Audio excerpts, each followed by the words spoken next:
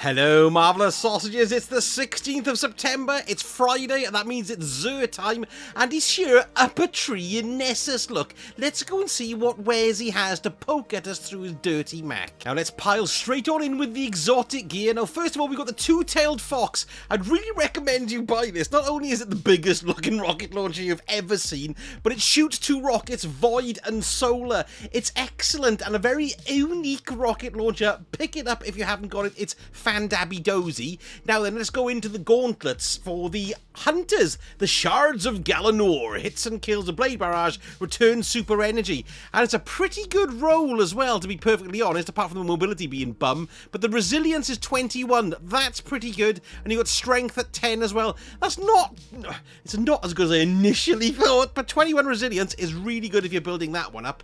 Next, you've got the Hallowfire Heart for the Titans. Improves the recharge rate of your solar abilities, greatly improves recharge rate while your super is charged, and provides a small benefit to the airborne effectiveness stats of all weapons. And this is the best statted one. We got mobility and recovery and restrength, all at pretty reasonable amounts. Resilience is a bit poo, unfortunately, but a great exotic to have, particularly if you're running the solar subclass. Very good, that one. Not too bad at all. And bloody hell, doesn't it look lovely?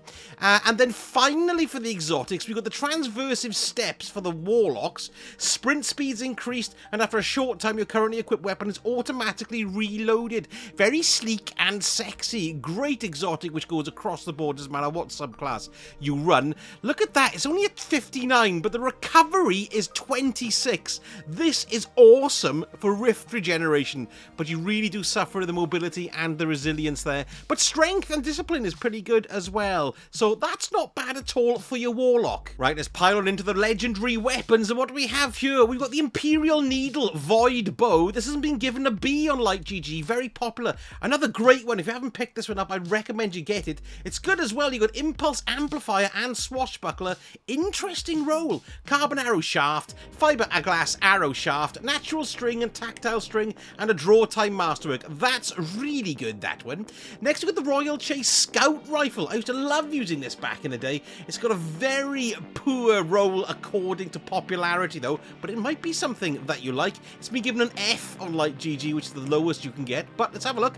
Quick Draw and Grave Robber. Yeah. Tactical Mag, Extended Mag, Polygonal Rifling, and Chambered Compensator, and a Reload Speed Masterwork. Sexy gun, though. Then we've got the Enigma's Draw Sidearm, and let's have a little look at this. We've got Demolitionist and Triple Tap, Appended Mag, Light Mag, Tactical Sass, Short Spec Sass, and the Pain in the Sass is a Handling Masterwork, and this has been given a C. It's an averagely popular roll, that one. Next, we've got the Iota Draconis Fusion Rifle. It's solar, it's high impact frame, which is nice, but equally not a popular roll at all. It's been given an F.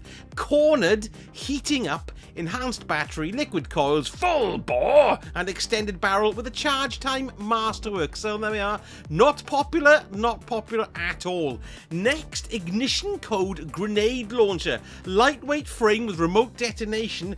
This again has been given an F. 3 effing useless ones according to the popularity. Bloody sexy low, isn't it? What have we got? Danger Zone, Surplus, Spike Grenades, Implosion Grenades, Linear Compensator, Volatile Launch, and also a Reload Speed Masterwork. There we go. And then what have we got here? We've got Interference. This is a power weapon grenade launcher. It's arc, which is good as well. This has been given a good mark. It's been given an A. Let's have a look why. Full Court. Excellent, that is. Field Prep, thermoplastic grenades, high explosive rounds, quick lunch and a hard lunch, that's a boiled egg puked out in the cupboard, and a velocity masterwork. Not bad at all for an A there. And then finally, another sidearm, the Lonesome, comes all the way back from Season of Arrivals. This has also been given an A, so we've got both ends of the scale here, kids. Kill Clip, Zen Moment, good. Fled Magwell, Light Mag, Polygonal Rifling, and Arrowhead Break as well, and a range masterwork, which is bloody nice. Now, something very unusual this week. We have 2 legendary armor sets, and both of them are, as we say in Wales in the 80s, stonken. Now then, there's so many to go through here that I'm not going to go through them all individually as I normally do, but a quick overview. Got the gauntlets there. They're a 65. They're excellent. This is the Illicit Invader set, so it's an old Gambit set, and it's hell of a looker. Really, really good. That's really nice there. Let's have a look at the chest piece. That's a 61. That's pretty gorgeous too. Yeah, it's a great set. Very meaty looking as well. Well, don't worry about the mark. And 62 for the helmet there. Pretty damn fine. 15 recovery, 15 in discipline, 15 in strength. That's really good. And it's an awesome looking helmet for the Titans. There's the greaves there. Nothing too exciting on those. And then we've got the Pathfinder set. Look at this. A really nice looking set. Kind of sort of themed on the Dreaming City. And we've got the chest plate there. Let's have a look at that one. That's pretty bloody good too. Not too great on the stats though. But I tell you what, for Transmog this week, we are spoilt for choice. There's the mark. 53 on the helmet. Not great, but look at it. It's a cracking helmet. Just have a little look at how some of the shaders go on it as well. Dusted Tome, Rusted Coin. Let's have a little look at Whispered Sheen. Ooh, look at the woody on it. Ooh, sounds a bit rude. And then the Emerald Splash as well. Very nice indeed. And then let's have a look at the trousers as well. The Pathfinder's greaves. I don't know how we've got 2 sets. This never happens. Bloody hell, they look great. Maybe it's a mistake, maybe it's not, but a fantastic choice this week. Okay, hunters, let's go in and have a look at your Illicit Invader grips. 58 on the arms. We've got a 19 recovery, 16 on intellect there. Just have a quick look at them. Nice shoulder pad there. Great for Transmog. We've got the vest here for a 61, 16 in resilience, 10 in discipline, 19 in strength. Very good for your melee punchings. Sexy looking number that, yeah. Lots of big pouches. Here's the cloak. Can have a quick squiz at that as well. Nice long cloak. Ooh, I love the rough effect here as well. It's bloody great. Great looking set. Helmet looks awesome as well. It's got that sort of, you know, bandit look to it, which is brilliant. 20 in strength. That's not bad. 17 in recovery. Not a bad little roll, that. And then finally, 58 on the boots. Nothing grand, but an even spread there. If you want a quick look at the boots as well. Nice they look indeed. Ooh, I love the way it goes up the leg. It's absolutely awesome. Now, the Pathfinder set, again, doesn't have any particularly great stats. I mean, we'd have a little look at it because, you know, it's all the similar kind of thing. Looks wonderful. Pulled in at the waist there. Looks absolutely marvellous. The arms are really cool too. Very military. Nice set, this. It really is a nice set. The cloak looks splendid on the old hunters there. Hunters. That's very, very nice indeed. 54 on the helmet. Not that great, but an elegant helmet. And it looks like a scalpel as well. Very, very dangerous. And of course, as usual, shaders go very well on it indeed. Ooh, look at that. That's nice. Get the woody at the back there. It's a bit slow popping through. And finally, I do like the leg guards for this. Nothing great stats-wise, unfortunately. It's only 52, but it's got a kind of similar colour all over it, so when you change it, look, it kind of takes the entire lot over, so it's really, really nice. And the Warlock set, nothing grand here for the arms, only a 58, 16 in mobility. That's not too bad. Nothing grand though. Nice set though. Look at it. Yeah, that's really, really good there for the arms. The robe is a 63. That's nice. Discipline 21.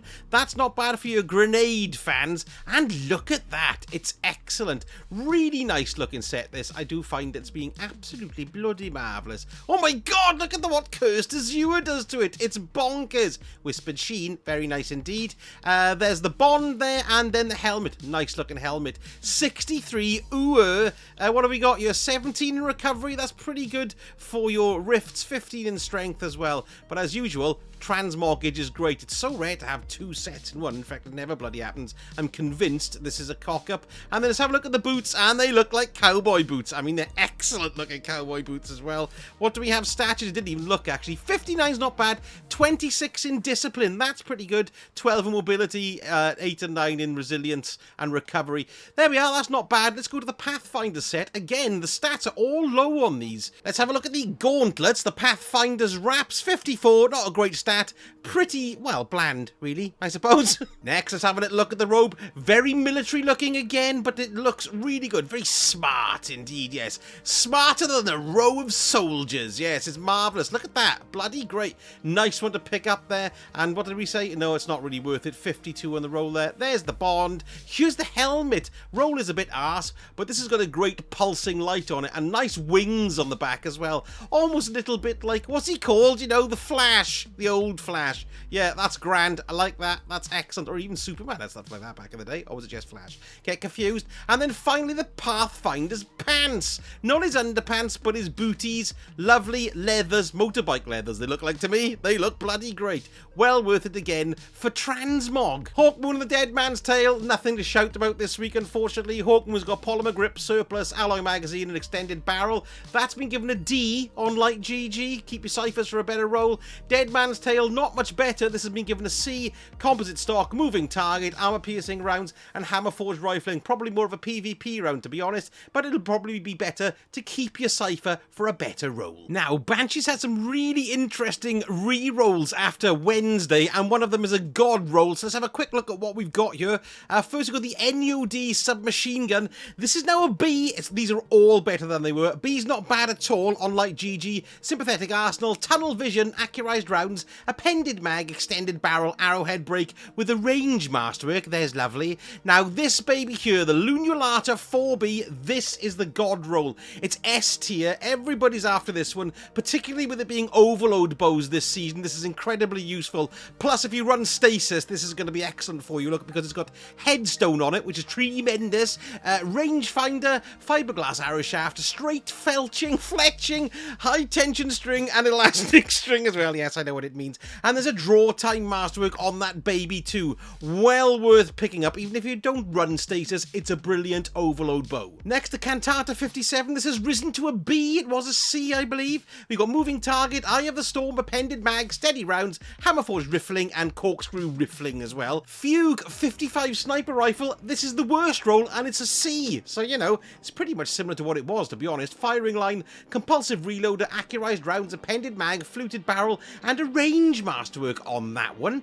Then next, we've got another corker. This has been given an A, the Palmyra B rocket launcher. You can craft it, but you can see why it's really good, because it's got explosive light and impulse amplifier, which is brilliant, alloy casing or impact casing, smart drift control and hard launch, and a reload speed masterwork. Top notch. And finally, Typhon GL5. This is a B as well. Really good rerolls, which is quite a surprise because they usually are, aren't they? This is good. We've got Chill Clip, which is great, Genesis, Proximity Grenades, Augmented Drum, Linear Compensator, and Quatermass in the Pit, and a Velocity Masterwork. Thanks very much, Banshee. We've got our standard version of Trials this week. The map is Midtown, and let's have a little look at what we've got for the weapon reward. The Adept this week is the Forgiveness, the older sidearm there, yes. Ooh, that's sexy looking. Some pretty unusual stuff this week. That double legendary armor is very bizarre. Anybody remember the last time that happened? I can't recall myself. Well, anyway, if you did enjoy the vid, a like would be utterly fantastic, and a subscribe as well to see when I plop another one out, and maybe do one over the weekend. Thank you so much for watching, and I shall speak to you all again very soon. Sausage out.